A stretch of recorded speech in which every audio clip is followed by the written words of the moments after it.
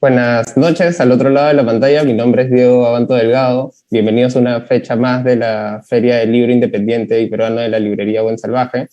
Hoy vamos a tener un conversatorio alrededor del libro del IEP, el profe, el más reciente libro del IEP, y para ello contamos con tres de sus autores, Raúl Asensio, Macarena Moscoso y Omaira Peña, con quienes vamos a intentar dilucidar, en base un poco jugando con el título del libro, aquellas preguntas que han quedado un poco inconclusas de cómo Pedro Castillo se convirtió en presidente y qué pasa ahora, ¿no? Sobre todo un poco en torno, quizás ya, pese a que el libro cierra un poco antes de la juramentación, quizás un poco ver cómo la mayoría de sus conclusiones, la mayoría de sus hipótesis se han ido evolucionando, si es, digamos, no ha pasado tampoco mucho tiempo, pero también es cierto que en este poco tiempo ha pasado bastante y quizás eso nos podría empezar a la conversación.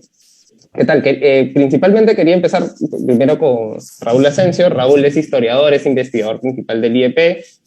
Dentro de sus publicaciones se encuentran, además de este libro, Señores del Pasado, El Apóstol de los Andes y los Nuevos Incas. También está Macarena Moscoso, que es licenciada en antropología y actualmente es coordinadora del programa Leer si no me equivoco, Leer es estar adelante, si lo hice bien. Y también estamos con Omaira Peña, que es bachiller en Ciencia Política por la Universidad Antonio Ruiz de Montoya y actualmente se desempeña como asistente de cátedra y asistente de investigación en temas de política, gobierno y movimientos sociales. Quería empezar contigo, Raúl, porque, digamos, además de que tu ensayo es el que arranca el libro, principalmente tú hablas sobre un arquetipo que me interesa mucho, que es el del provinciano redentor. Y que esto es aquello que podría ser, me parece que esta hipótesis podría ser lo que ha llevado a Pedro Castillo a la presidencia. ¿Podrías explicarnos un poco más sobre eso? Hola Diego, gracias por la invitación en primer lugar a presentar este libro del IEP.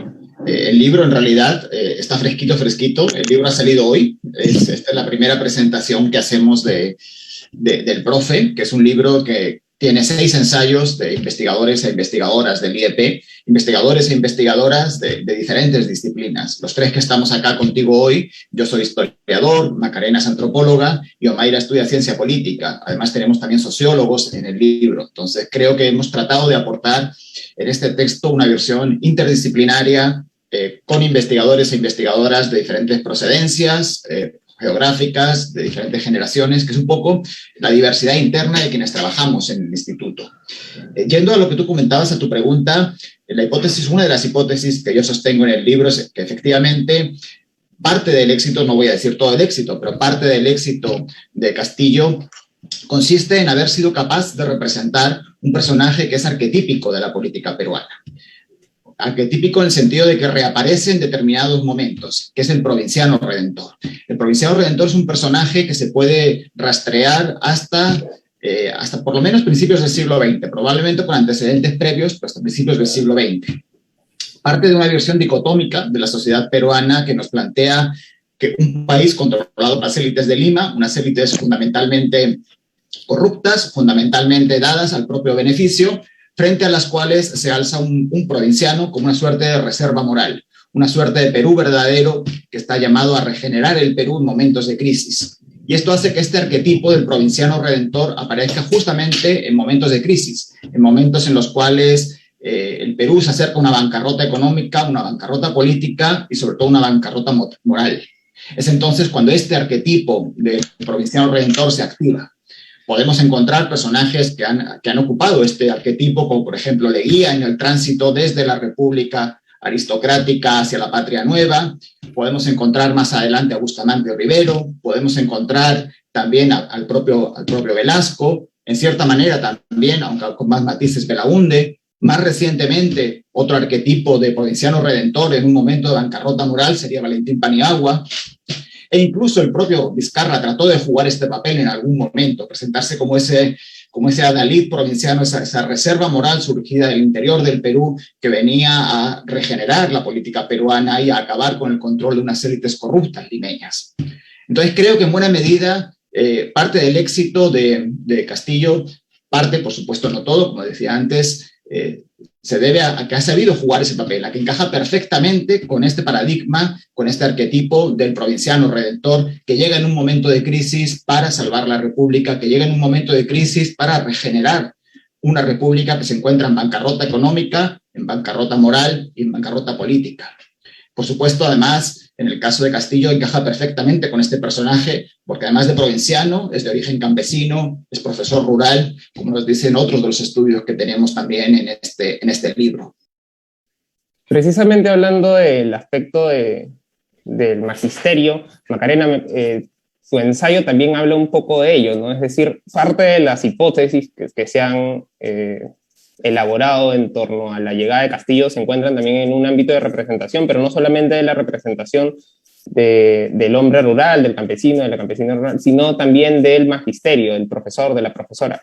¿Me podrías de repente dar más luces al respecto? ¿Cuál podría ser tu mirada sobre ello?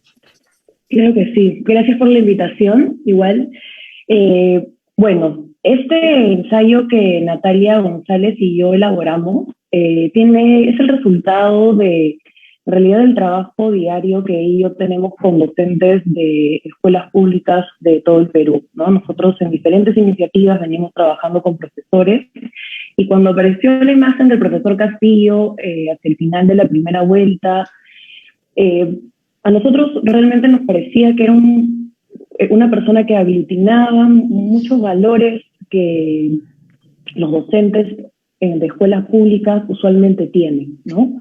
Entonces, como decía Carlos Iván de Gregori, el docente es un agente democratizador, ¿no? Es el que te enseña a leer, a escribir, el que te enseña cómo funciona el Estado, cuáles son tus derechos, cuáles son tus deberes. Y la escuela pública es el lugar donde en realidad el Estado llega a espacios donde usualmente no hay otro tipo de representante estatal, ¿no?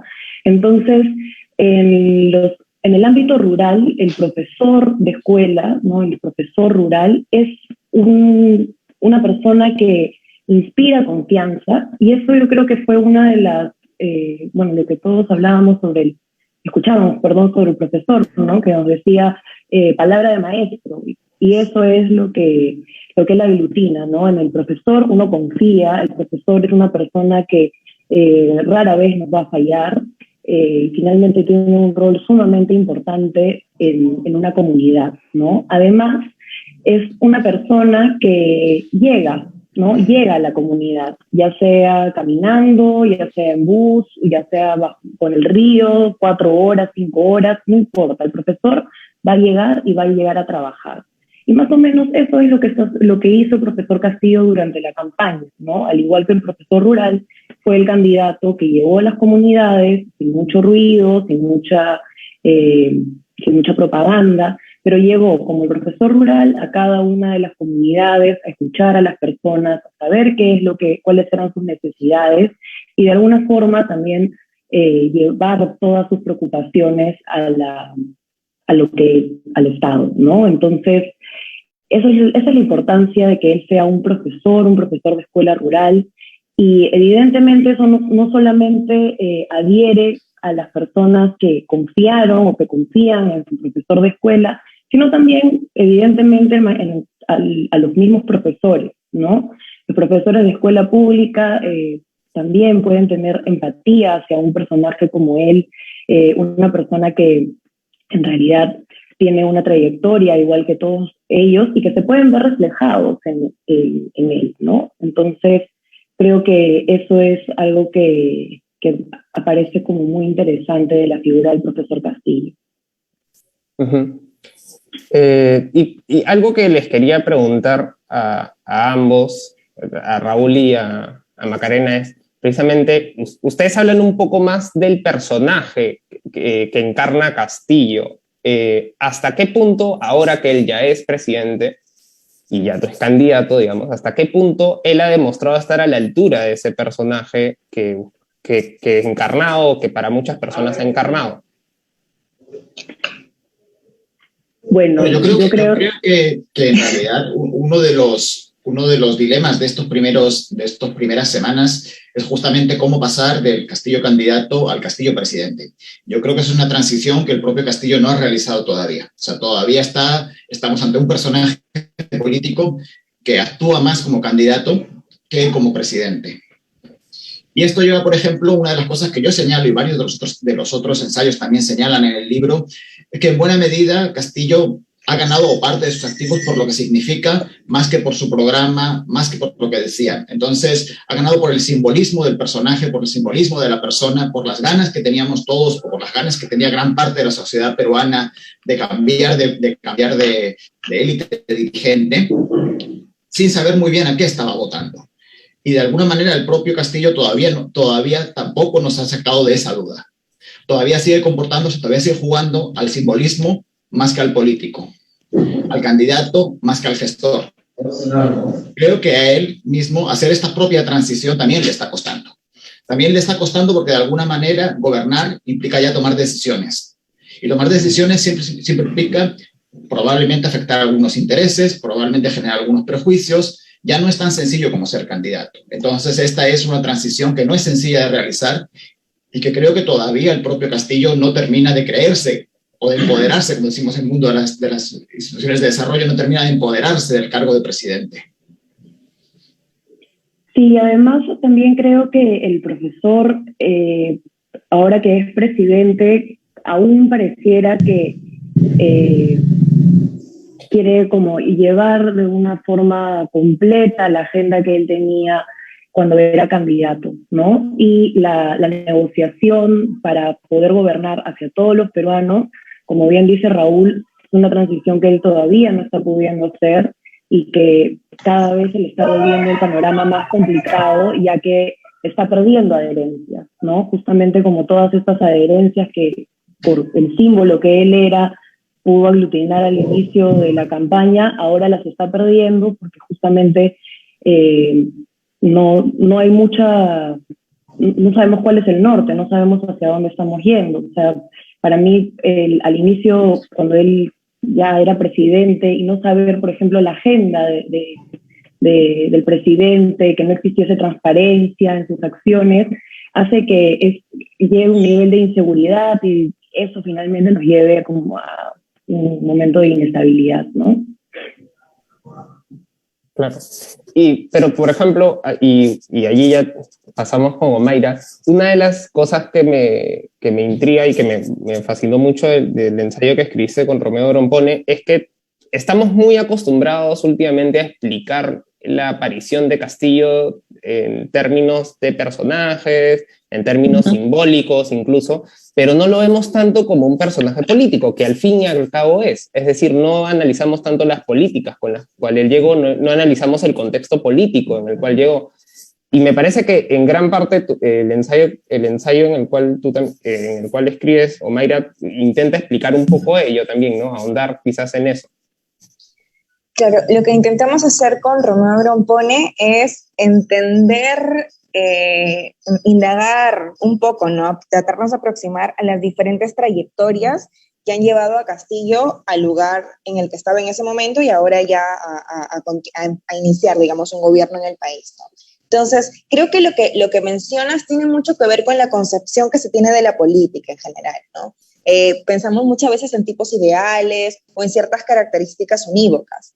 Y precisamente lo que nos muestra la historia, como Raúl lo ha ido explicando en su artículo y otros artículos también lo mencionan, es que en nuestro país las relaciones sociales, las relaciones políticas son vaivenes, ¿no? Y muchas veces no estamos hablando de proyectos totalmente cuajados. Entonces, si vemos a Castillo, podemos decir definitivamente que sí, ¿no? Como han mencionado mis colegas, no estamos hablando de una carta programática definida o de un proyecto acabado y que, por ejemplo, ahorita haya enrumbado en gobierno, ¿no? No sucede así, pero no es una particularidad solo de Castillo, ¿no? Es en general un rasgo de nuestra sociedad y de nuestra política. Y muchas veces tratamos de explicar esto, como mencionamos en el texto, desde la idea, por ejemplo, de outsider, ¿no? O de lo incierto, de lo que sorprende, pero tal vez ya sea momento de empezar a pensar estas cuestiones no como lo fortuito, sino como la pauta, como lo que al final nos está definiendo y lo que nos tiene que hacer pensar más bien por qué y de qué manera continuamos en la misma sintonía, ¿no? Porque al final son ciclos que se repiten. Eh, Raúl, si no me equivoco, menciona en su artículo un humor político ciclotímico que nos caracteriza como sociedad peruana. Entonces, esas idas y venidas, esas subidas y bajadas, me parece que son las que nos caracterizan. Y bueno, Castillo entra en escena o se desempeña en esta nueva dinámica para él desde distintas trayectorias, ¿no? Aquí el artículo de Macarena y Natalia explican esta identidad de maestro y este trabajo que se desarrolla y que es muy reconocido en las zonas rurales, y no solo en las zonas rurales, ¿no? También en los migrantes, como ellas bien mencionan, en los migrantes que ya están en las urbes, y luego también otra identidad que a la que tratamos de aproximarnos es su identidad de rondero. Y bueno, precisamente estas identidades y estos desempeños que ha tenido Castillo, lo que hacen es pintarlo de una característica súper importante, que es el pragmatismo, ¿no? Entonces, este pragmatismo en parte explica esto que estamos conversando aquí, que es aún la no definición, el no asentamiento, las múltiples facetas con las que se va desempeñando o los múltiples actores con los que se relaciona. Entonces, nosotros, por ejemplo, en el artículo hablamos de esta heterogeneidad de actores o heterogeneidad de contactos que tiene y de apoyos que pueden ser un fuerte, como mencionaron tal vez en un momento de campaña, aunque también hubieron muchos deslices y cuestionamientos, pero al final, si esto no se termina de reordenar, como está pasando, me parece, hasta el momento, puede ser un punto también de debilidad. Ahora que has mencionado la debilidad, uno de los factores que se menciona y me gustaría saber de repente, Macarena, si podrías ayudarme en ello, es que una de las fortalezas de Castillo también es su respaldo en el sector magisterial. Ustedes, tanto Natalia como tú, hablaron con profesores y me parece que es una de las cosas que enriquece tu artículo, dicho sea de paso, es decir, el testimonio de distintos profesores de distintas regiones, además. ¿Es cierto este respaldo? Este respaldo, es mejor dicho, es incondicional. ¿Es tanto así como se le ve a veces desde Lima? No creo que sea incondicional, pero sí es un respaldo evidente y es un respaldo que ha sido fundamental para poder ganar la primera vuelta, ¿no? El magisterio está muy organizado en distintos niveles, ¿no? Tenemos por un lado el sindicalismo, pero también tenemos a aquellos docentes que de repente no están tan de acuerdo con ser sindicalistas, pero de una u otra forma la imagen del docente Castillo ganó adherencias, ¿no? Natalia y yo, cuando comenzamos a escribir el artículo, gracias a la invitación del instituto, justo estábamos trabajando con docentes, ¿no? Nosotros, como ya les contaba, nosotros trabajamos con docentes diariamente y llegó un momento en el que dijimos, bueno, vamos a escribir el artículo y comenzamos a hacer algunas entrevistas ya sistematizando un poco la información para conversar con ellos sobre el tema y encontramos que por un lado había esto que también ya les mencioné, que los docentes se sentían identificados con el maestro, ¿no? Que era una persona como ellos y que finalmente eso les daba confianza. Por otro lado, también teníamos aquellos que en la segunda vuelta votaron por el profesor Castillo como un poco en contra de la contrincante del otro lado, ¿no? Pero también porque significaba, bueno, finalmente es un profesor y al maestro no puede confiar en él.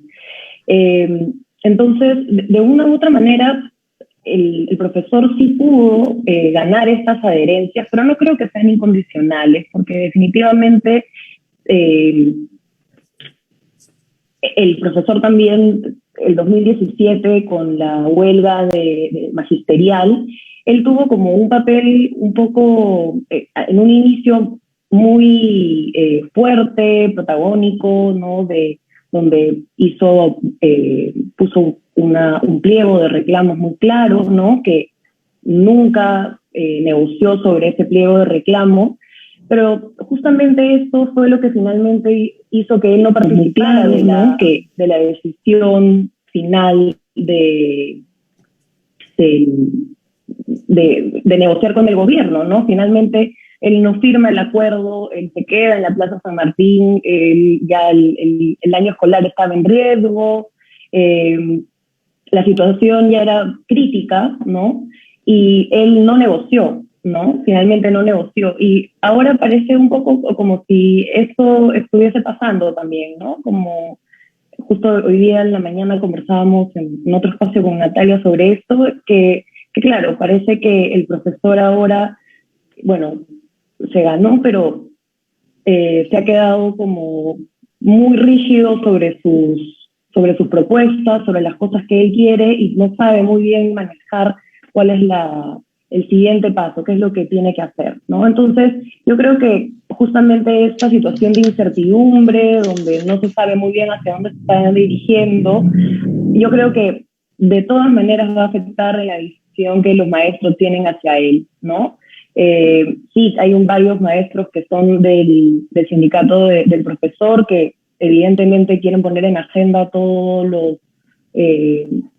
cambios que se quieren hacer en el ámbito educativo, pero por otro lado yo creo que hay maestros que son ciudadanos como nosotros que también tienen un ojo crítico hacia el profesor y que en este momento, por ejemplo, que se está hablando mucho de, bueno, justo hoy día, el día de ayer, perdón, en la cuestión de confianza, el profesor, el Bellido dijo que se quiere plantear una reforma magisterial, ¿no? Una reforma a la carrera pública magisterial, y eso implica un retroceso bastante grande en la inversión que los docentes han hecho para ser parte de la carrera pública, ¿no? Inversión de tiempo, inversión monetaria, que implica poder adherirse a la carrera pública.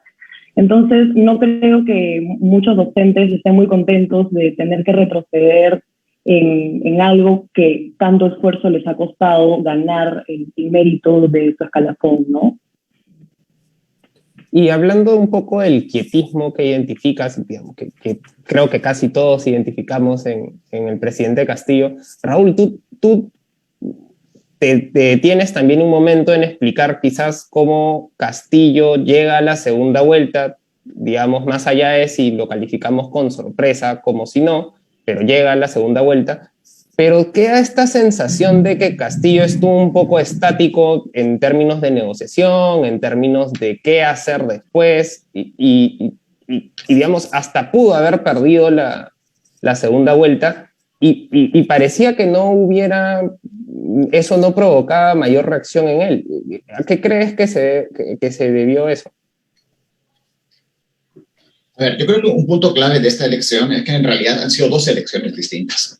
Una primera vuelta y una segunda vuelta, que han sido muy distintas entre sí. Eso pasa siempre, pasa en todas las elecciones, pero esta vez ha sido extremado. Tuvimos una primera vuelta que fue muy fría, una primera vuelta en la cual la población no se movilizó casi hasta el último momento. De hecho, nosotros en el Instituto de Estudios Peruanos, como parte del trabajo que realizamos normalmente en el área de opinión pública y en otras áreas, realizamos un conjunto de grupos focales unas 2 semanas antes de la elección, y en ese momento la inmensa mayoría de las personas con las que hablamos en diferentes regiones del país estaban totalmente desconectadas de las elecciones.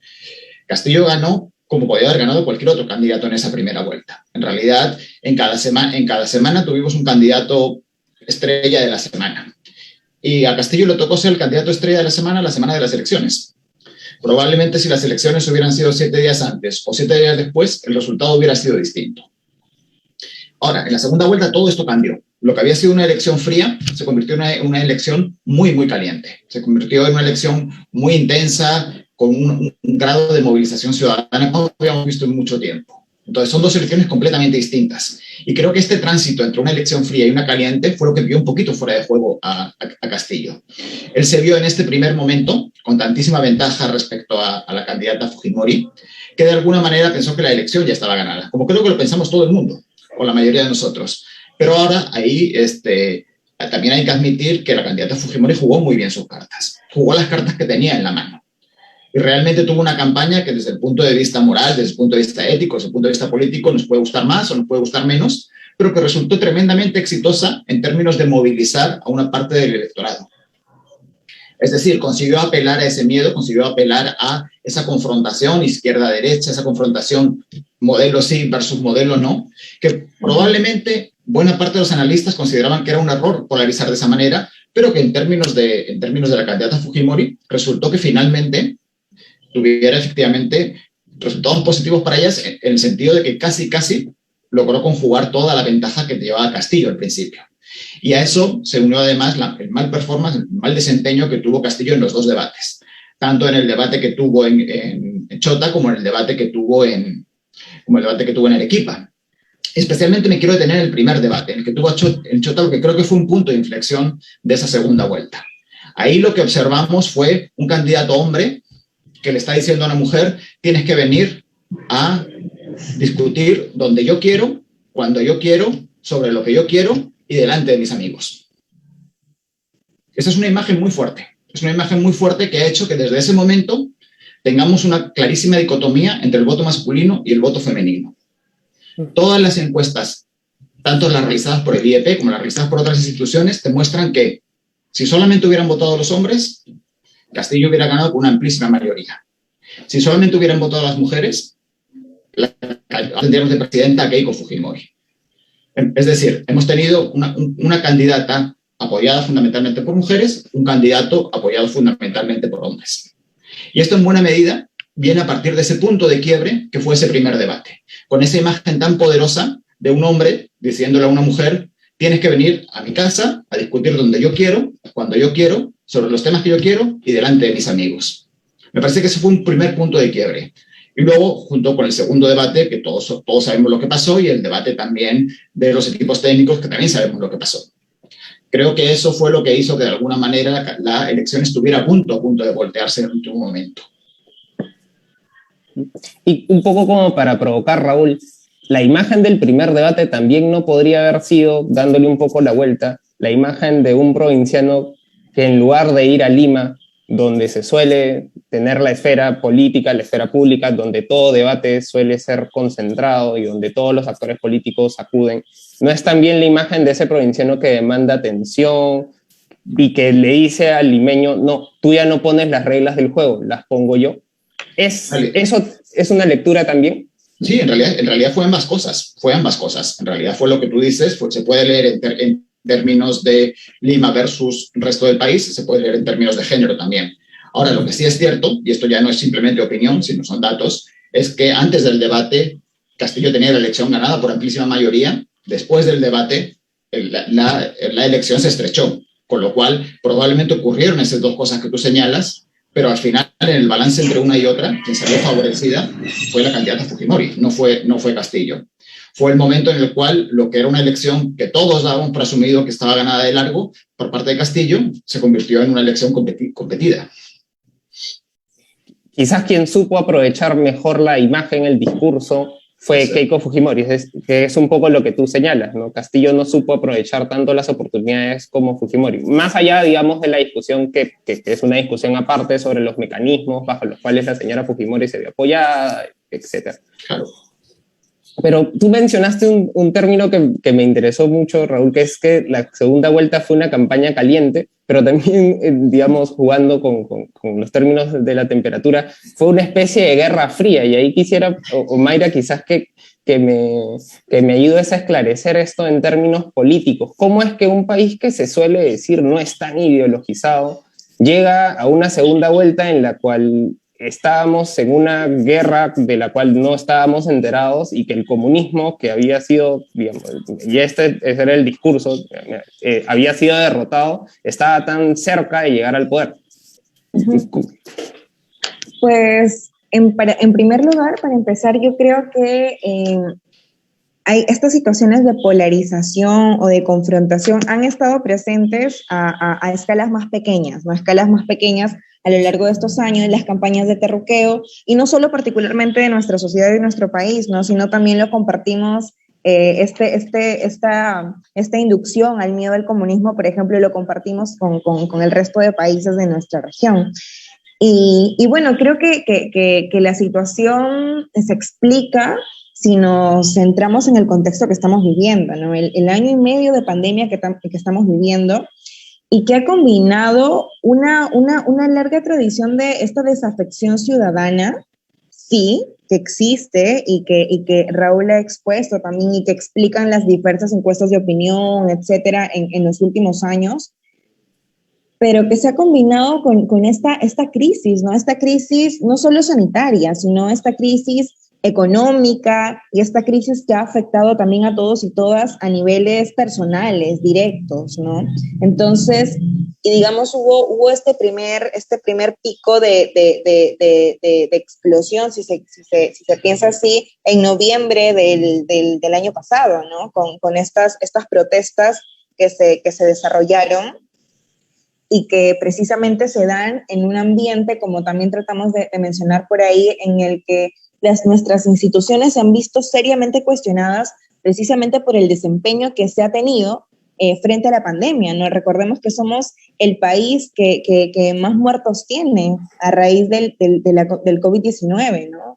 Y en el que nuestras autoridades se han visto involucradas en diversos escándalos de corrupción en medio de esta situación, en la que muchas familias perdían a seres queridos, amigos, etcétera, y en el que al final también, como deslizamos por ahí, las desigualdades sociales se han profundizado, y se han profundizado como de una manera, en una manifestación radical, si se quiere decir así, porque estamos hablando de una afectación directa a la vida, por ejemplo, ¿no? Con los costos, por ejemplo, de la atención en salud frente a la pandemia. Entonces, en medio de toda esta situación, además la falta de empleo, la disminución el aumento también del costo de vida, etcétera, ha generado que hay un malestar social generalizado, que esta desafección ciudadana tenga ciertas motivaciones para canalizarse, aunque de manera esporádica, que es lo que al final se ha visto, ¿no? Hemos tenido un paso a la segunda vuelta muy movida, en el que se han dado manifestaciones, movilizaciones no esperadas, pero que se han detenido también, ¿no? El nivel de salida de las calles ha bajado bastante y eso es normal porque son picos que suceden, pero que se explican por esto. Me parece que el contexto explica esta reacción de las personas después de este año de pandemia que estamos viviendo. Y además, porque con este acrecentamiento de las desigualdades, esta crisis que afecta directamente la vida de todos y todas, han habido nuevos, digamos, personajes que canalizan esta desafección y este descontento, ¿no? Por un lado está, ¿no?, Pedro Castillo, que ahora es presidente y que ya se ha explicado cuáles son las diferentes identidades que moviliza, pero también estuvo Rafael López Aliaga, por ejemplo. Entonces, y recordemos que ya para la segunda vuelta, al final Pedro Castillo ha tenido diversos apoyos, ¿no? No solo se explica desde un tipo de bases organizadas o desde una línea política nada más, sino que los apoyos a Castillo vienen de diversos lugares y de diversos tintes también. Y en este ámbito, por ejemplo, ha tenido apoyo de los que en primera vuelta fueron votantes de Rafael López Aliaga o también de Hernando de Soto. Entonces, aquí se ha conjugado, por una parte, una prédica antiélite y también se ha conjugado el arraigo en este discurso de apelación a los valores tradicionales que han defendido también estos candidatos. Entonces, en medio de una crisis, muchas veces se puede, por ejemplo, asentar en esta apelación al pasado y esta necesidad de sostenerte en ello, como también en nuevas transformaciones que se presentan, ¿no? Y una no diverge de la otra, sino que se pueden conjugar como sucede con Castillo, que por una parte aboga a esta necesidad de grandes transformaciones económicas y reivindicación de identidades, y por otra parte también se asienta en valores tradicionales de nuestra sociedad. Tú has mencionado el terruqueo, Mayra, y quisiera detenerme en algo que también se aborda en tu artículo, Macarena, que es cómo el terruqueo impacta, de repente también puede ser por cuestiones de representación, en que no se estaba solamente terruqueando a Castillo, sino a toda una población que se veía representada en él. Y eso es algo que me parece que algunos de los profesores lo expresan, ¿no es así? Sí, es que por un lado, toda esta campaña de terruqueo fue bastante fuerte, ¿no? Y fue bastante dura para muchas personas y se daban culpables, sobre todo, y a diestra y siniestra se llamaban terroristas a personas que nada tenían que ver con este momento de nuestra historia, ¿no? Y era un poco decirle al profesor Castillo que era terruco, ¿no? Y que se rodeaba de terrucos, era un poco ir en contra de su ser rondero también, ¿no?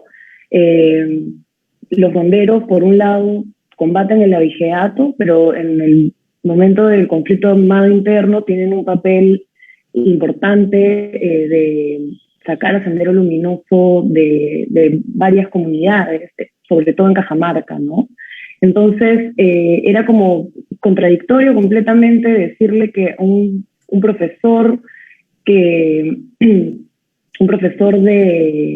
escuela pública rondero fuese terruco. Y por otro lado, también hablar de esta responsabilidad, ¿no? que tuvo el magisterio en un momento, sobre todo en el momento del conflicto armado interno, que sí hubo bastantes docentes que claro, se alinearon con Sendero Luminoso. Es muy diferente la situación de ahora, ¿no? Los profesores sí están organizados, pero tienen, o sea, van hacia otro lado, ¿no? Entonces también que a ellos mismos, a docentes que se esfuerzan, que trabajan duramente en escuelas rurales, que, como les digo, caminan muchísimas horas para poder llegar a esa escuela, se les acuse de ser terroristas, ¿no? Cuando, sí, en algún momento, históricamente, lo podemos decir, pero en este momento es hablar de algo que no tiene sentido.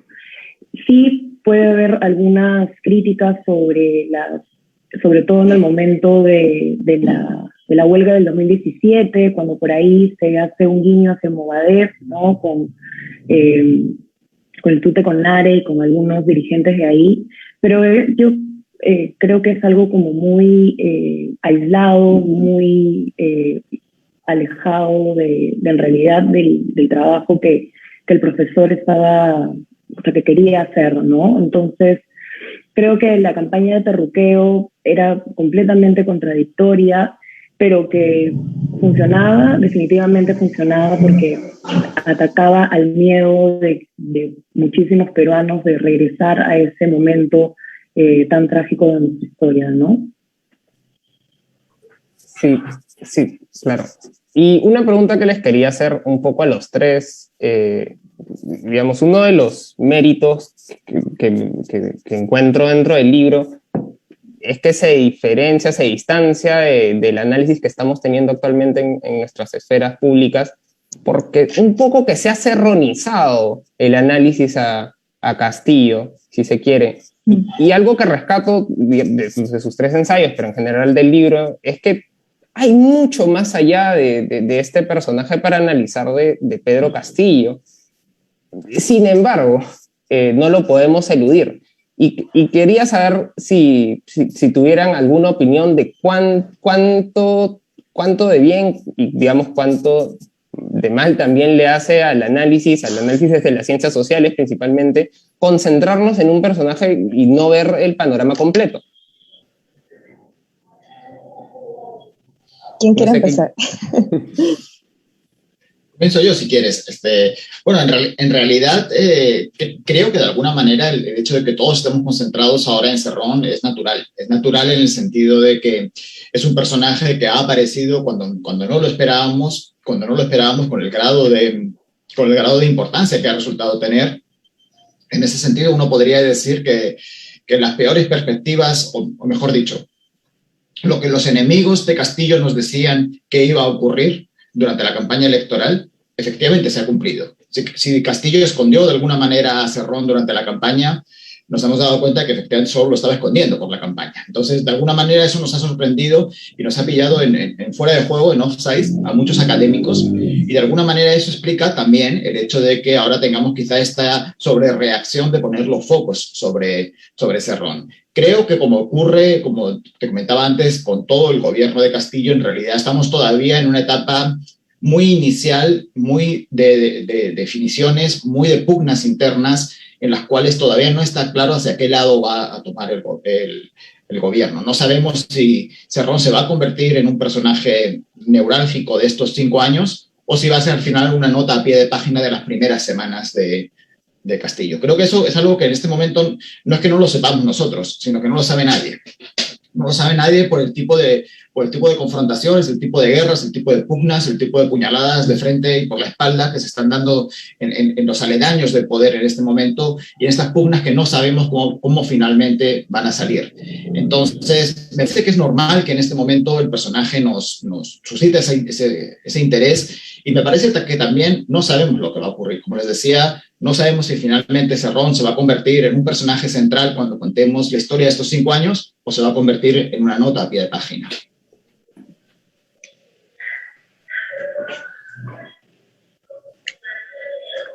Mayra. ¿Voy yo? Sí. Con respecto al personaje de Cerrón, a mí me parece que en realidad es un actor que ha jugado desde un inicio un papel fundamental, ¿no? en Castillo como personaje y en el despliegue político que ha tenido, ¿no? Porque Castillo, digamos, a raíz del liderazgo sindical que toma en el 2017, es que empieza a tener contacto con diversos dirigentes políticos de izquierda a nivel regional, ¿no? Entre ellos, Vladimir Cerrón.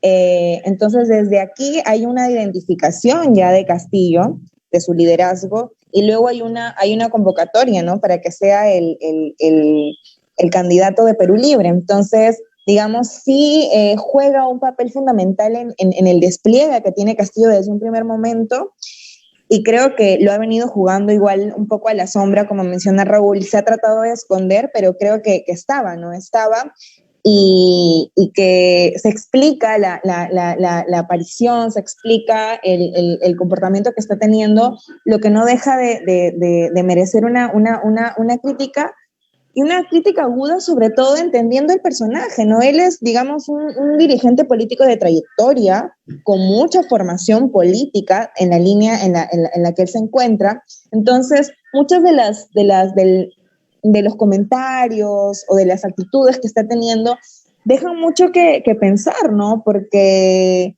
uno espera, entendiendo la política en este ámbito de conflicto, negociación, que un dirigente de su trayectoria, pues, más bien tuviera otro tipo de artificios, otro tipo de comportamientos para lograr sus objetivos. Entonces, me parece que aún estamos, como menciona Raúl también, en la incertidumbre de qué tanto peso va a jugar en lo que viene. A mí me parece, no estoy segura aún, pero que la pugna sí es muy fuerte y ha sido muy fuerte desde un inicio. A lo largo de la campaña de Castillo ha habido una fuerte pugna entre el sector de Cerrón, no solo a nivel de las dirigencias de Perú Libre y del entorno de Castillo, sino también en las mismas bases, y es algo que se está replicando ahora en el gobierno y en las bases de apoyo. En este frente, por ejemplo, que se formó con miras a la segunda vuelta para apoyar a Castillo. Entonces, me parece que esta pugna va a escalar en niveles de conflicto y aún no sabemos exactamente qué desenlace va a tener, pero ya se están viendo algunos resultados, ¿no? Como este interés, por ejemplo, de Castillo de formar su propio partido, que está avanzando en las regiones. Entonces, y en ese sentido, para entender también al personaje de Cerrón y a toda esta resonancia que está teniendo en los medios y en nuestros entornos cercanos, porque creo que también ahora es hasta un tema de conversación en la sobremesa, tiene que ver mucho, ¿no? El papel que están jugando las élites y el papel que están jugando los medios de comunicación, porque hay una inducción precisamente a centrar a este personaje para poder canalizar un poco este miedo, ¿no? Este miedo y esta agitación que se necesita y que están esperando las élites, y creo que ahí me detengo un poco también en esto que se desarrollen en diferentes artículos, como también el de Paolo Sosa y Gabriela Camacho, y algo que mencionamos con Romeo, es que hay un rol fundamental en nuestras élites, ¿no? A nivel de esta incapacidad o el desinterés que vienen teniendo a lo largo de los años para construir un espacio público que delibere y que atienda todas estas fragmentaciones sociales que muchas veces desde sus espacios se minimizan o se relativizan. Y lo que ha mostrado la pandemia y este desenvolvimiento en las elecciones es que se necesita atenderlo de una manera más responsable.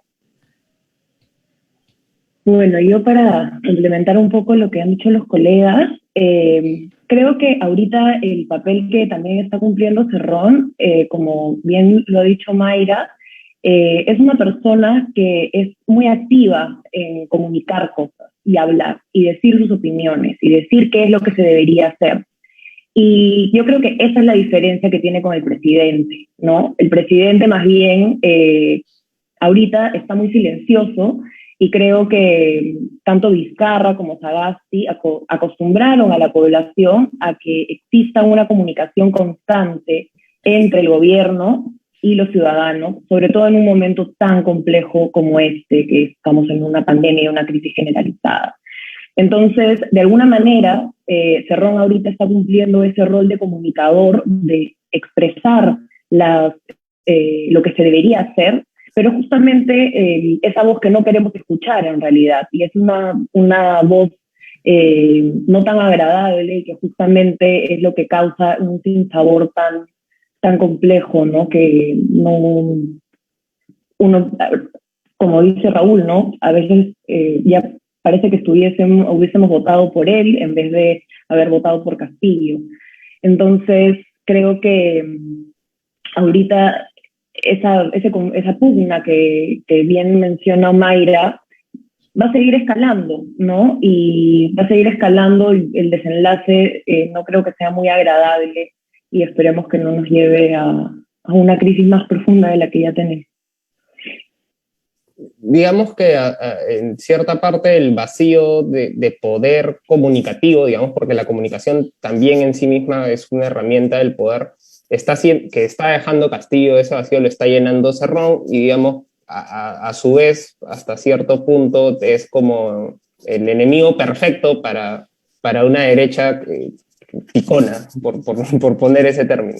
Y quería centrarme en algo que ha mencionado Mayra, porque sí es cierto que se alude, y creo que hasta cierto punto en sus ensayos también se menciona este rol de las élites, este rol de los medios de comunicación, este rol de estos otros actores imparciales, en teoría, o mejor dicho, no tan politizados, que actualmente están jugando un rol muy importante dentro de la esfera política. ¿Qué opinión les merece? ¿Qué análisis nos deja eso? Digamos, ¿hay también un mea culpa que hacer de estos actores? ¿O es muy pronto todavía para que se arrepientan?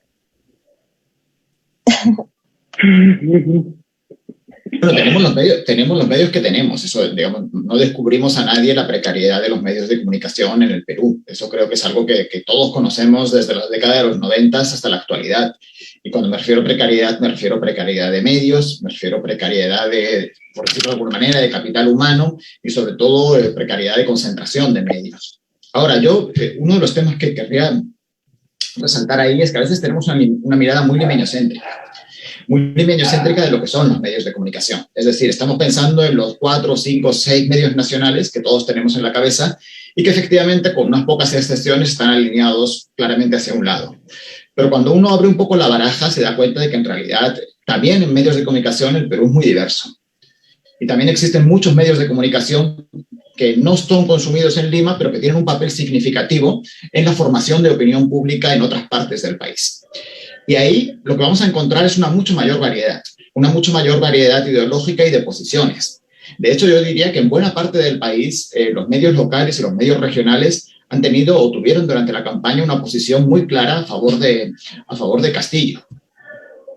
Me estoy refiriendo desde las radios locales hasta los periódicos de las capitales de región.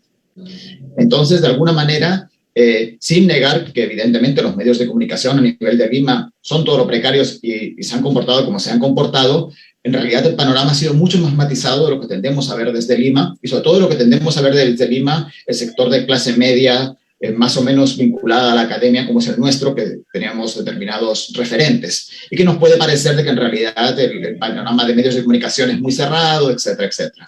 Pero también en eso el Perú, como les decía antes, es mucho más variado de lo que muchas veces pensamos, y los ecosistemas comunicacionales en regiones son muy diferentes de los ecosistemas comunicacionales en Lima.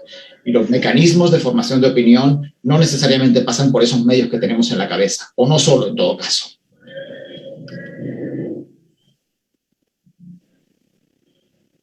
Arena o Mayra.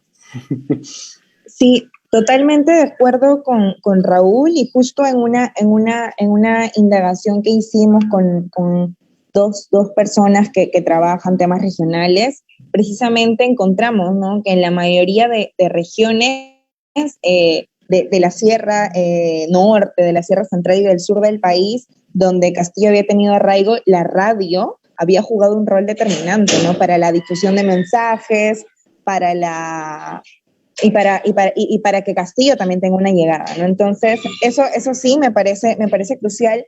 Y quiero comentar algo que tú has mencionado, ¿no? Ya hablando de los medios hegemónicos a nivel como de poder mediático que se maneja, sí, principalmente en la urbe, ¿no? En la costa. Y en la costa se menciona esta neutralidad, ¿no? Esta aparente neutralidad, y se convoca en ese sentido a que la información o las posiciones sean neutrales, y también en esa línea un poco ha ido la defensa de la democracia y la libertad, ¿no? Como dos banderas únicas o planas e intocables, y me parece que ya llegado a este punto y después de todo el desenvolvimiento de hechos que hemos visto, es necesario pensar al final qué contenidos se movilizan cuando se apela a esta neutralidad o a estas banderas tradicionales y aparentemente sin disputa, ¿no? Porque en realidad lo que hemos visto que se han movilizado son bastantes pasiones, y estas pasiones al final esconden intereses. Entonces, y eso es bastante cuestionable, porque estamos hablando de grupos de poder que tienen aún hasta el momento de ahora, que Castillo ya está en el gobierno, tienen la capacidad de incidencia y la capacidad de desequilibrar y de mover el tablero. Entonces, y eso lo desarrolla a más profundidad Paolo Sosa y Gabriela Camacho, y por eso es que Romeo Grompone y yo no nos detuvimos en este ámbito de la democracia y la institucionalidad política.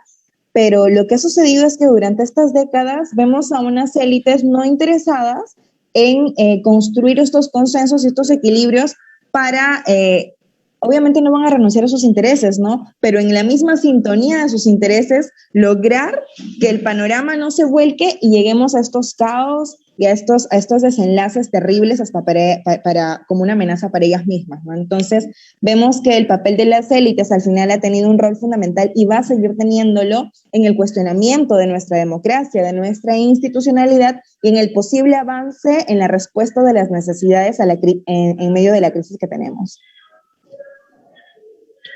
Creo que el rol de las élites en esta campaña electoral y en esta elección ha sido, tal como lo dice Omaira, ha sido fundamental para desestabilizar, ¿no? Y sobre todo de que aparezca una campaña de miedo que en medio de una crisis que creo que en este conversatorio no hemos parado de mencionar, que creo que es fundamental, todo esto ha ocurrido dentro de una crisis, de una pandemia mundial,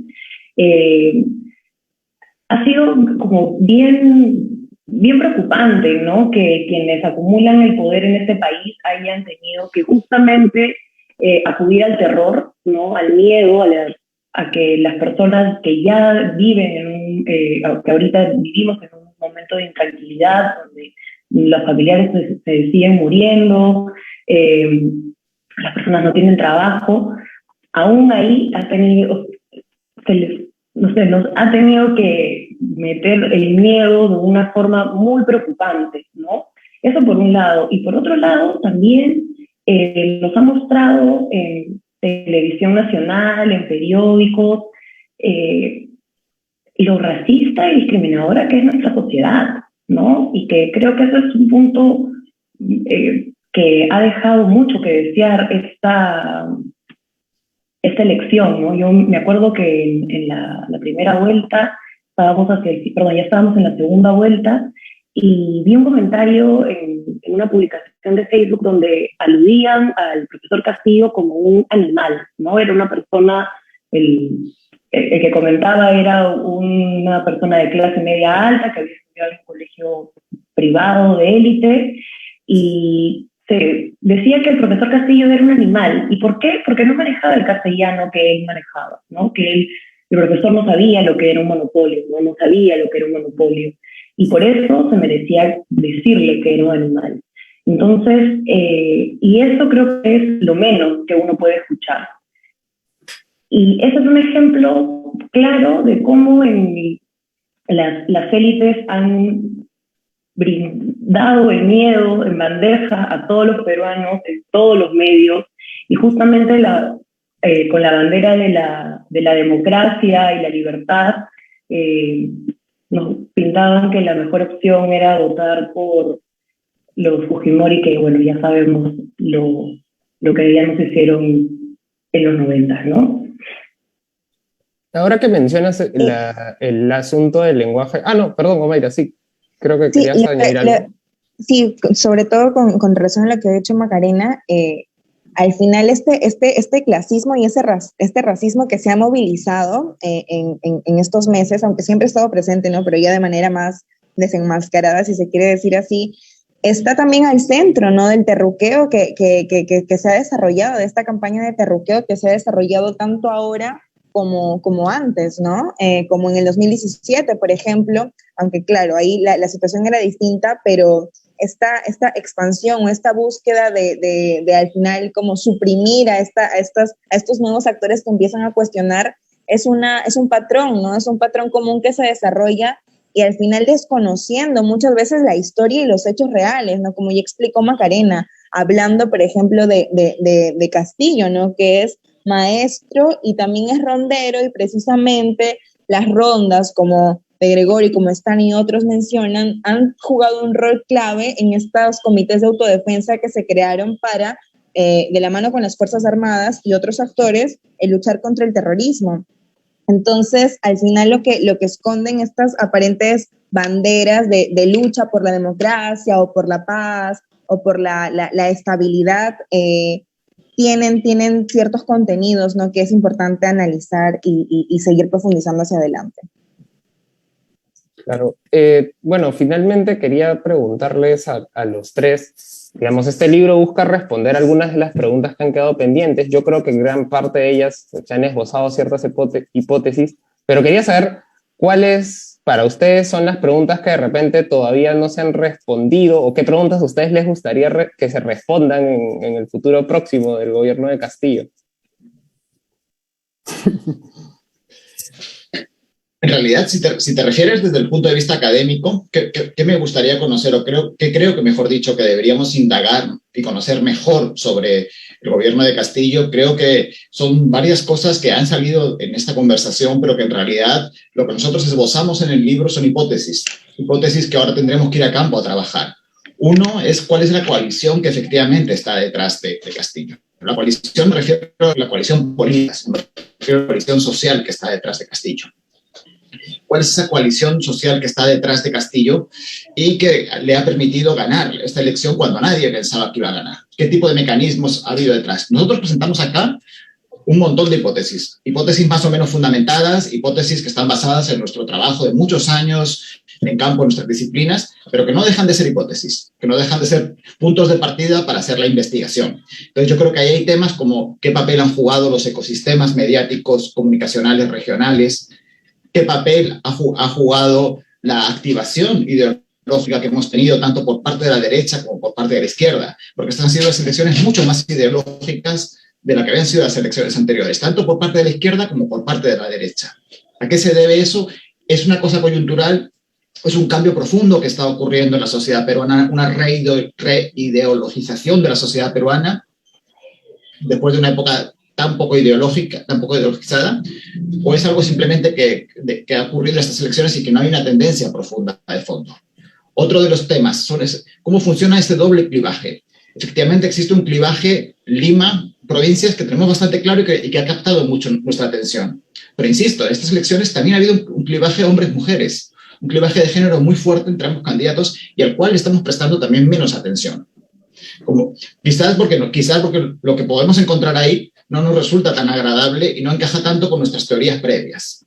Entonces creo que cómo estos diferentes clivajes que han surgido, que se han evidenciado en estas elecciones, son nuevamente algo coyuntural o nos están diciendo algo más profundo también sobre la sociedad peruana. No solamente el clivaje Lima-regiones, no solamente el clivaje de clase, también el clivaje de género, que creo que es otro de los temas que estamos dejando de lado y que ha sido otro de los temas que han emergido en esta elección y que no habían estado presentes en las elecciones anteriores.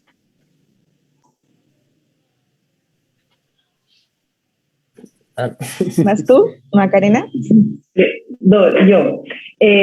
Bueno, a mí en realidad las preguntas que me quedan son como un poco más de corte de política, y sobre todo de política educativa, ¿no? A mí la verdad es que todavía existe mucha preocupación de cuál va a ser el futuro del sector, sobre todo con una emergencia educativa que, bueno, ya la ha declarado el gobierno, pero creo que sí es muy importante estar atentos a mirar cuál es el futuro de la política educativa, ¿no? Si es que se va a cambiar el currículo, cuáles van a ser los cambios que van a haber en ese currículo y realmente el enfoque de derechos o no. Luego también hay que ver, también me pregunto cómo va a ser el cambio, la reforma magisterial que quieren hacer, cómo van a reincorporar a los docentes que salieron, ¿no? Cómo se van a nombrar a todos los profesores que se quieren nombrar. Creo que también es súper importante cómo se va a hacer eso y si es que se va a negociar la calidad de la educación o no. Y finalmente también todo lo que tiene que ver con la SUNEDU y con la educación superior, ¿no? Se le va a quitar atribuciones a la SUNEDU, se les va a dar licencia a las universidades que han perdido su licenciamiento. ¿Qué va a pasar con eso, no? Y de igual manera, es para poder cuidar el tema de la calidad en la educación, que en realidad, como hablábamos antes de que comenzara el conversatorio, no es poca cosa, ¿no? Y más bien son como 3 pilares fundamentales de la política educativa en este momento y que hay que estar vigilantes y mirar cuál va a ser el futuro, ¿no? Creo que por ahí irían mis incógnitas.